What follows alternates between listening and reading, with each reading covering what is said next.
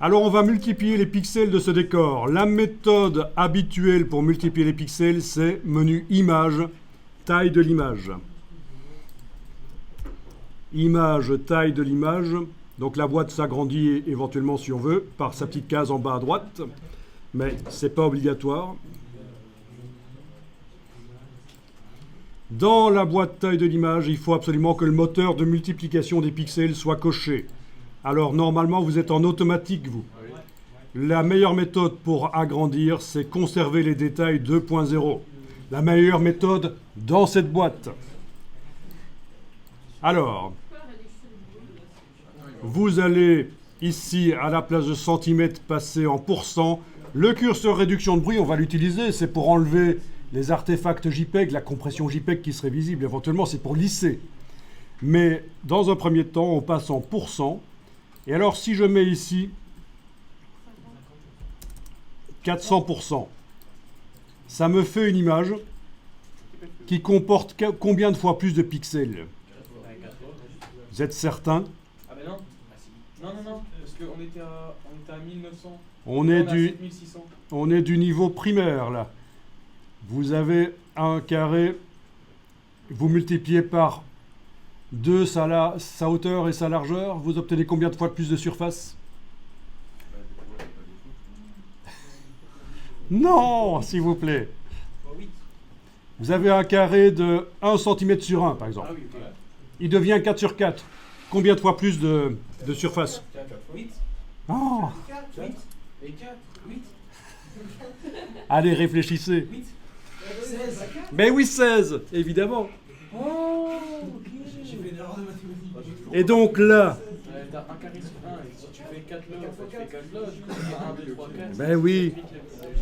C'est 4 x 4, 16. Non, mais les maths, c'est pas notre fort. Ah, les maths, c'est pas votre fort. Enfin... On a tous deux de moyenne. Alors, donc, il faut penser à ça quand vous multipliez comme ça les pixels d'une image. Il faut penser que 400%, c'est 16 fois plus. C'est 16 fois plus lourd pour Photoshop. Donc, vous avez intérêt à avoir un ordinateur qui tient la route au niveau de la mémoire, de la carte graphique, évidemment. Alors, on peut zoomer et voir ce que ça donne. On peut faire OK? Non, ne faites pas OK. Zoomez. Regardez ce que ça donne. Vous pouvez aussi, dans la boîte ici que j'agrandis, bouger. Il y a une petite main pour bouger. Là, c'est la boîte taille de l'image, carrément, que j'ai agrandie. Vous pouvez zoomer avec le petit pourcentage là en bas. C'est une solution. Et alors, ce qui est génial, c'est que si vous enfoncez le bouton de la souris, vous voyez l'image avant et l'image après agrandissement. Donc vous avez une prévisualisation de la multiplication des pixels. Bon, c'est pas génial ça? Et alors si vous avez des artefacts JPEG comme on l'a ici, je ne sais pas si vous voyez les petits grumeaux, vous pouvez utiliser le curseur réduction de bruit pour essayer de tenter de lisser ça. Voilà. Donc, monsieur, j'ai une question. Plus la taille de l'image est élevée, plus le PC il aura du mal. Pardon? Plus la taille de l'image est élevée, plus le PC aura du mal. Ah ben bien sûr, plus la taille de l'image est élevée, plus le PC aura du mal. Oui, oui. Parce qu'en fait, il faut charger dans Photoshop tous les pixels, c'est ça l'idée. Bon ben là, vous pouvez cliquer sur OK si vous voulez. La réduction, ça dépend de chaque image et de votre sensibilité, c'est vous qui voyez. Alors oui, au niveau des performances de Photoshop, si vous allez dans les préférences, dans mon cas Photoshop préférences, mais dans votre cas édition préférences, vous allez sur performance, voilà, tentez ça, allez voir les préférences de performance.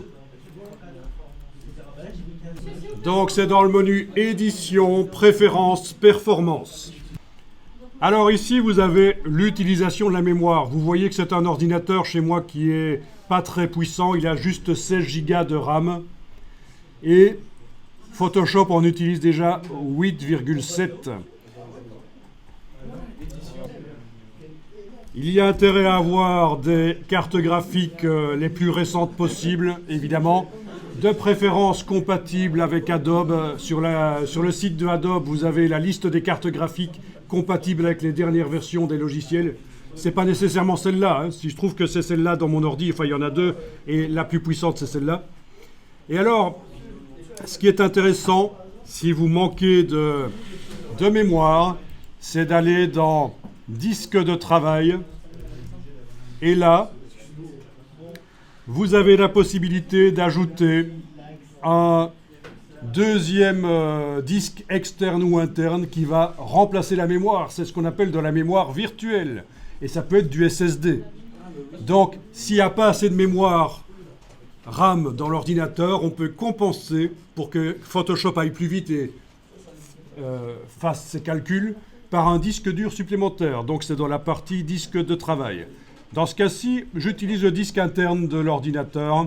Donc, chez moi, ce n'est pas extrêmement puissant, mais on peut dire que les travaux qu'on fait ici ne sont pas très difficiles non plus. Hein.